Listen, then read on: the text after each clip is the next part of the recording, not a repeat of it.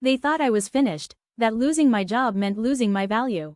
What they didn't realize, I was about to become the headline none of them could ignore. Family dinners at the Barrett estate in Scottdale had always been theater, designer suits, Ivy League name drops, and power plays disguised as polite conversation. I'm Marcus Delaney, 41. 2 months ago, I was lead systems engineer at Virion Dynamics, one of the hottest AI firms in the Southwest. Today, I was the family's cautionary tale, a hushed footnote between sips of imported rosé and humble brags about IPOs and real estate wins. Marcus? Oh, poor guy. Guess not everyone's cut out for tech. I stood near the fountain, a silent spectator while my cousin Chloe bragged about closing a 10-property deal and her twin, Reed, rambled on about disrupting fintech with yet another recycled idea. Everyone loved a disruptor, unless he didn't chase press or pitch decks, just wrote code and kept quiet. Marcus, Reed called out, that trademark smirk on his face. We're talking career pivots. You in? He couldn't resist the jab. I didn't mind. While Reed played investor and Chloe cashed commissions, I'd spent the last year building something far more potent and far more dangerous.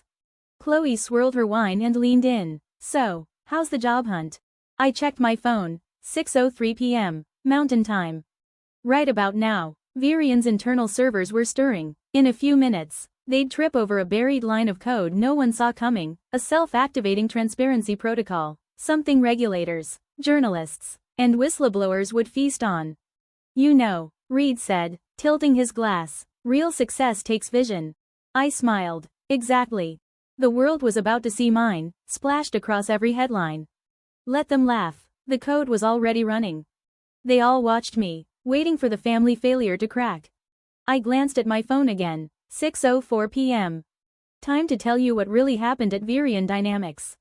4 years ago, I started a private project, not a social app, not some flashy SaaS gimmick, but a self-evolving AI security system, something that didn't just detect threats, it learned, adapted, defended.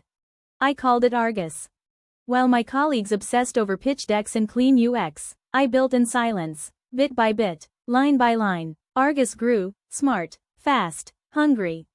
But I was careful. I'd seen how companies strip names off code, sell work that isn't theirs, so I embedded a verification trigger, invisible, dormant, until tonight. 2 months ago, Virion's new CEO, Max Dresden, summoned me. Marcus, he said, barely glancing up, we're pivoting. The board wants lifestyle AI now. Your project's over. I tried to explain. He waved me off. We've already sold your code. We're letting you go. I signed the exit papers and walked out without protest. They thought Argus was theirs. It wasn't. And tonight, as their systems updated, Argus would awaken, with a digital signature that no boardroom, no PR team, could bury. Back at the patio, Reed sneered, should have gone into sales, Marcus. I smirked. My phone vibrated. Breaking. Whistleblower AI shatters corporate firewall at Virion Dynamics. Source revealed. Chloe raised a brow. Job offer? Not quite, I said, slipping the phone into my jacket. Trevor, the youngest cousin, laughed. What's this? Some revenge app launch? 6:05 p.m. Somewhere inside Virion's Chrome and Glass HQ, Max Dresden was probably prepping a press release, ready to take credit for a system he never understood. The same Max who once told me, real leaders don't write code, they acquire it. The same Max who sold my life's work like a throwaway asset. The same Max who, in 60 seconds, would realize what happens when you underestimate the guy who writes the code and buries the truth inside it. I raised my voice just enough to cut through the jazz and glass clinks. Why don't we all check our phones? I said. Things are about to get interesting. Reed rolled his eyes. Chloe scoffed. But I could already see it in their expressions. The first ripple had hit. Argus was awake. I didn't answer, just looked down. 6:06 p.m. My phone buzzed first, then Chloe's, then Reed's, one by one. The backyard filled with alert tones, like a string of firecrackers. Screens lit up everywhere, banner after banner lighting faces in the fading sunlight. Virion Dynamics stock suspended amid AI code ownership scandal. Reed's smirk disappeared. Chloe's wine glass tilted in her hand. Trevor muttered a curse. What the hell is this? He asked, voice thin and cracking. I took a slow sip from my glass and smiled. Oh, just a harmless little system update. Argus had come with Let's call it a digital truth serum. Nora alerts. DoD freezes $1. 3 billion defense AI contract. Former lead engineer claims authorship of adaptive system. Trevor took a step forward, pale now. Marcus, what did you do? I set the glass down and pulled out the old, battle-worn laptop I never went anywhere without. Want a demo? I asked. You all love demos, right? Silence. Every polished air on the patio leaned in. I logged into a secure feed. On screen, Argus was already verifying itself, signature chains, timestamps, cryptographic tags, trailing a clear, unbroken line back to me. 5 years, 2 months, 19 days. Every line of logic, every iteration, every night I didn't sleep while the rest of them pitched, posted, and posed. I kept my voice steady. That's how long I spent building Argus. Nights, weekends, holidays, while Max Dresden and his pet visionaries sipped cocktails at conferences and gave TED Talks about work they didn't even understand. Across the yard, Aunt Helen stood up sharply. Chloe's mother gasped as her phone lit again. Virion Dynamics under federal investigation for AI authorship fraud. But, they fired you, Trevor stammered. Didn't they own everything you did? I turned the laptop so they could see. No, they didn't. I opened another window, an archived email thread, dated, signed, and company stamped. Max Dresden's casual go-ahead. Feel free to test prototype code on the sandbox server. Let me know if anything breaks.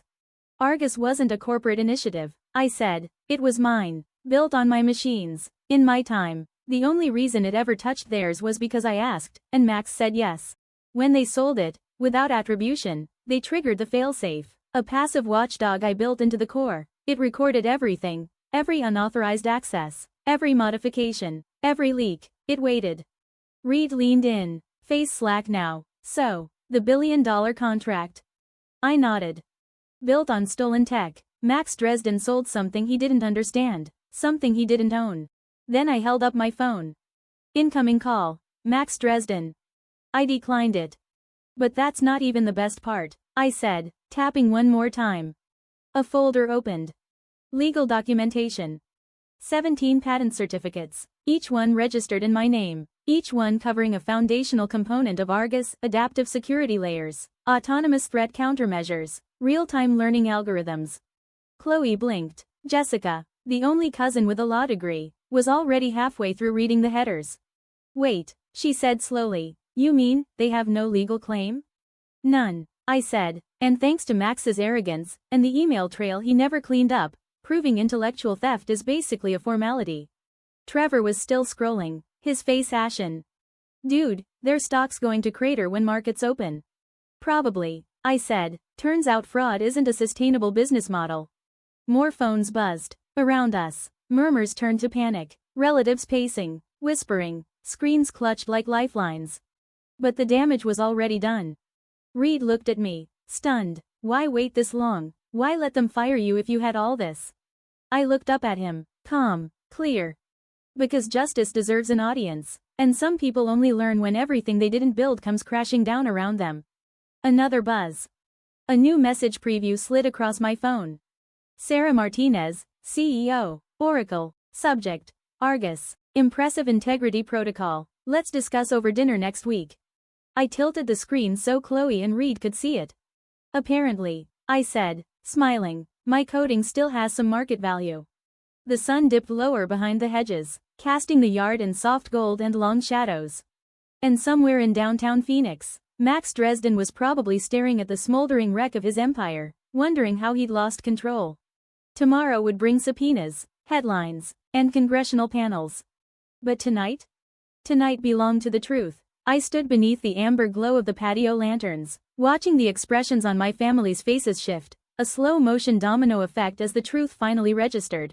Real value isn't found in LinkedIn boasts, leased Teslas, or inflated startup valuations. Sometimes it's found in silence, in patience, in being the one they all ignored.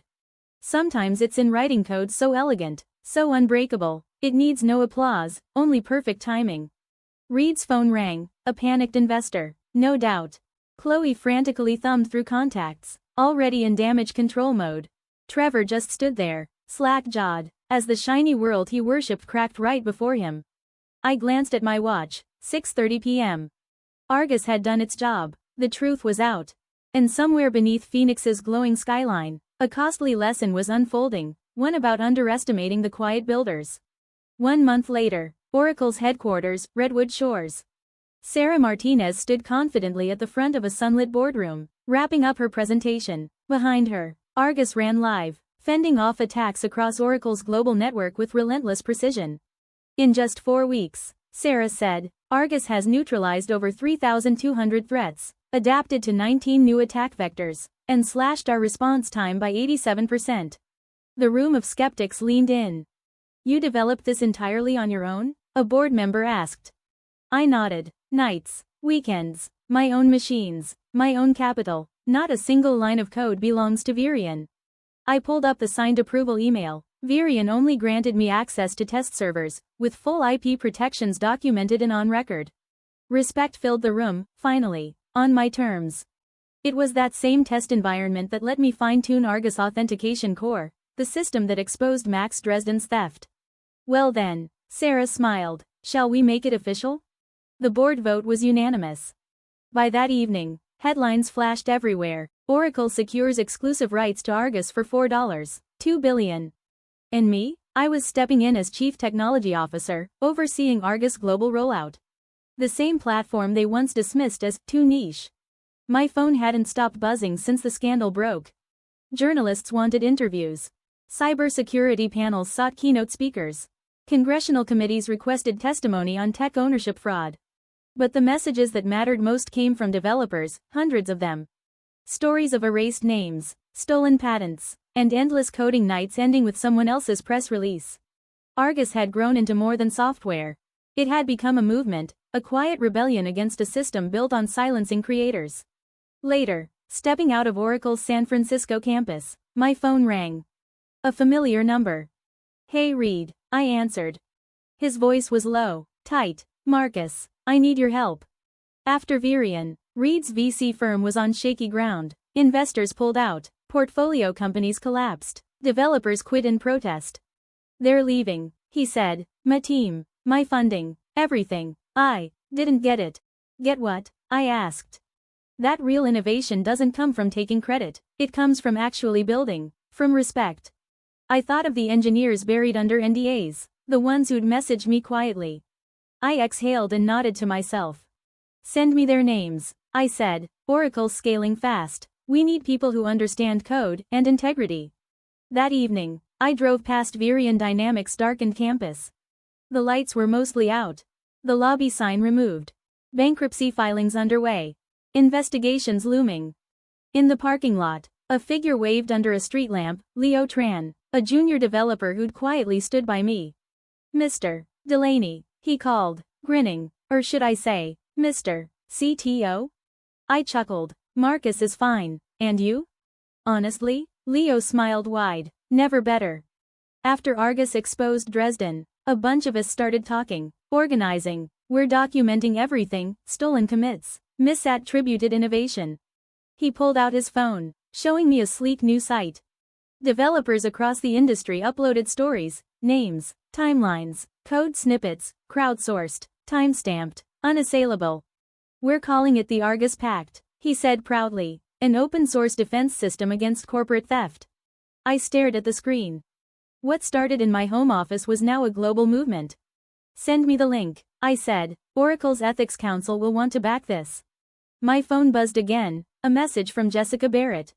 After Virion's collapse, Google launched a code attribution review. Jessica, once the rising legal star, had stepped down pending investigation into misrepresentations on past deals.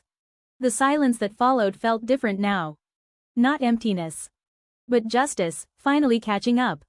And for the first time in years, I allowed myself to smile without restraint. I get it now, her message read. Why you stayed in engineering instead of chasing titles. Real power doesn't come from credit, it comes from building something that lasts. I leaned back in my chair, eyes on the battered laptop where Argus first came alive. Across continents, Argus protected critical infrastructure, intercepted thousands of cyber attacks, and quietly safeguarded economies. But that wasn't its greatest impact. Its real legacy was the awakening it sparked. Stronger IP protections. Mandatory attribution protocols. A rising developer rights movement demanding justice for those who build the digital future. My phone buzzed again, a message from Trevor, the cousin who once mocked my career reset. Signed up for coding bootcamp next week. Think you'd mentor me? I want to build something real. I smiled. I'd walked the long road from overlooked programmer to industry transformer, and I knew exactly where he needed to start. Lesson 1. Success isn't about who shouts the loudest. It's about who puts in the work and protects what they create. Outside, the Phoenix skyline shimmered in the distance. Tomorrow, I'd walk into Oracle headquarters as their new CTO. Next week, I'd testify before Congress on digital ownership and innovation ethics. And tonight? Tonight, I opened a new blank file. A fresh project. A new challenge. Because real power in tech doesn't come from headlines, job titles, or billion-dollar deals. It comes from the people who stay up late, solving problems no one else dares to face, writing the code that holds the world together. Every function, every loop, every line. They all tell a story. And mine rewrote the rules. If you've made it this far, this isn't just about me. It's about every builder and creator ever talked over, written off, or stripped of credit. If you've ever had your work stolen or been told you weren't enough, I want to hear your story.